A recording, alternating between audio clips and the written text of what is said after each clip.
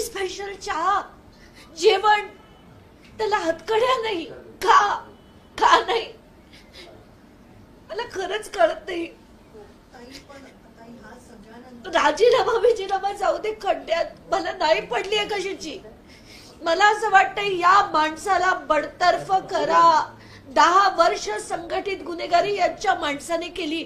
आणि खरं तर मी आता थोड्या वेळात प्रेस कॉन्फरन्स घेणार होती आणि एक पुरावा दाखवणार होते, पण त्याच्या आधीच आता माध्यमांचे सगळ्यांचे मेसेजेस आले की नाही, मुख्यमंत्र्यांनी त्यांचा राजीनामा घेण्याचे आदेश दिलेत. कसला राजीनामा? का मुख्यमंत्र्यांना एका वेळेस सांगता येत नाही की हा मंत्री मला नको? का सांगता येत नाही? आणि कधी या संवेदना या राजकारणात परत येतील?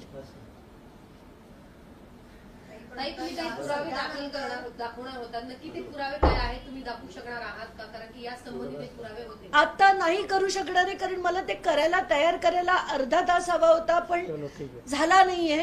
पण आता याच्या पुढे पुराव्याची खरंच गरज आमच्याकडनं ठेवू नका हो, खरंच आमच्याकडनं ठेवू नका. आम्ही सगळं शोधून शोधून तुमच्या पुढे मांडतो, पुरावे मांडतो. मग आधी म्हणे पुरावे मिळाल्याशिवाय राजीनामा नाही, मग सिद्ध झाल्याशिवाय राजीनामा नाही. काय तुम्ही काय लॉर्ड लागलायत आमचे? तुम्ही लोकप्रतिनिधी आहात, लोकप्रतिनिधींसारखे वागा. अजित पवार तुम्हाला सगळे सांगतायत, पुरावे दिलेत आणून, तरी सुद्धा तुम्हाला राजीनामे घेता येत नाहीत. बास झालं आता हे सगळं, बास झालं तुमचं घाणीच आणि गलिच्छ राजकारण. नकोय आम्हाला त्या ह्याच्या पुढे, ते नकोय आम्हाला.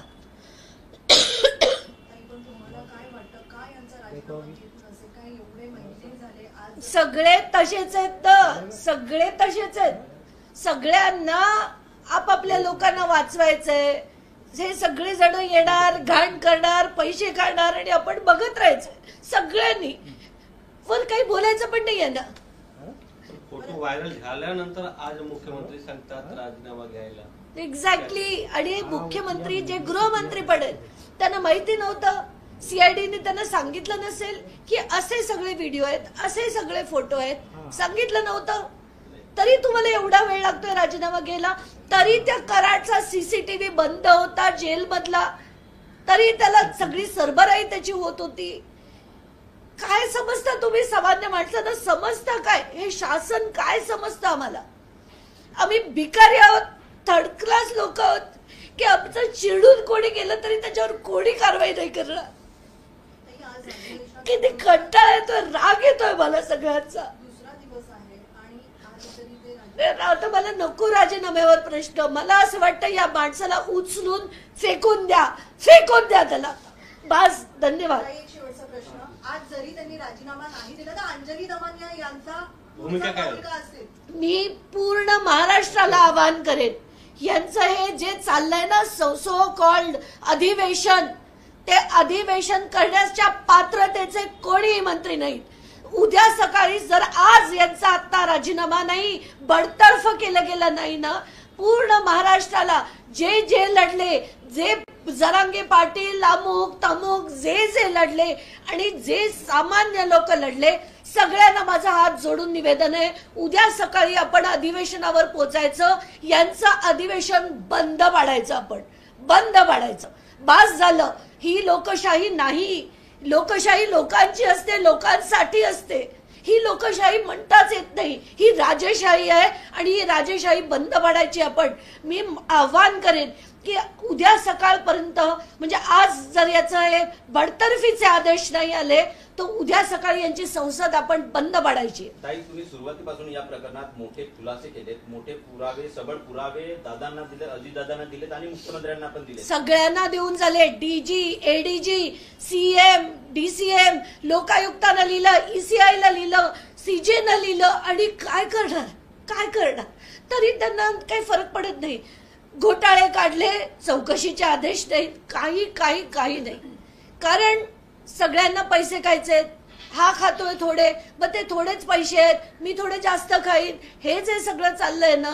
आता सामान्य माणसाने करायचं काय? कष्ट करतो आपण, सगळेजण कष्ट करतो, कष्ट करून पैसे मिळवतो, 30% टॅक्स भरतो आणि हा टॅक्स हे सगळे खाऊन टाकतात. उठतो तो खाऊन टाकतो, उठतो तो आपल्याला मारतो, चिरडतो, खून पाडतो, पोलीस स्टेशन मध्ये जातो, पोलीस दखल घेत नाहीत. पोलिसांना पण हफ्ते पाहिजेत, अमुक पाहिजे, हे लोक खंडणी मागणार. लोकांनी बिझनेस करायचे कसे? तिथल्या लोकांचे मला मेसेज आहेत की आमच्याकडनं हफ्ते मागितले जातात, खंडणी मागितली जाते.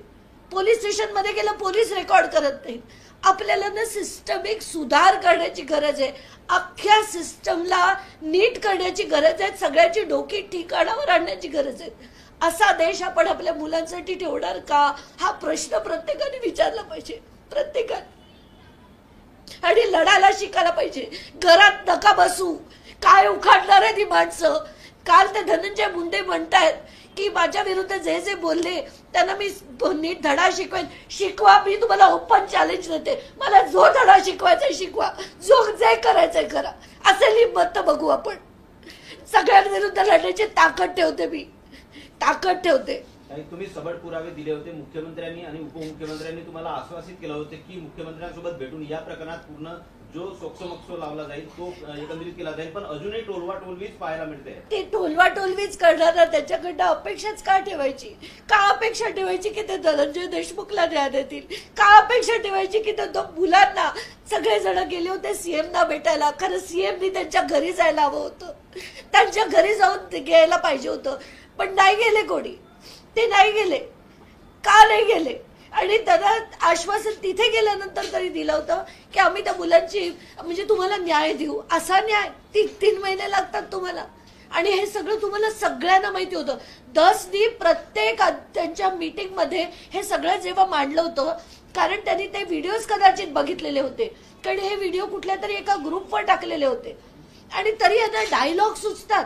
त्यांच्या पब्लिक मीटिंग मध्ये हा माणूस डायलॉग्स मारतो. आणि एवढं माहिती असून त्या थर्ड क्लास परत धनंजय मुंडेंना भेटायला जातो 2-2 वेळा. हे यांचं राजकारण. बास यार, बास. आता खरंच माझ्याच्या नाही बोलवणार. प्लीज नको बोलूया.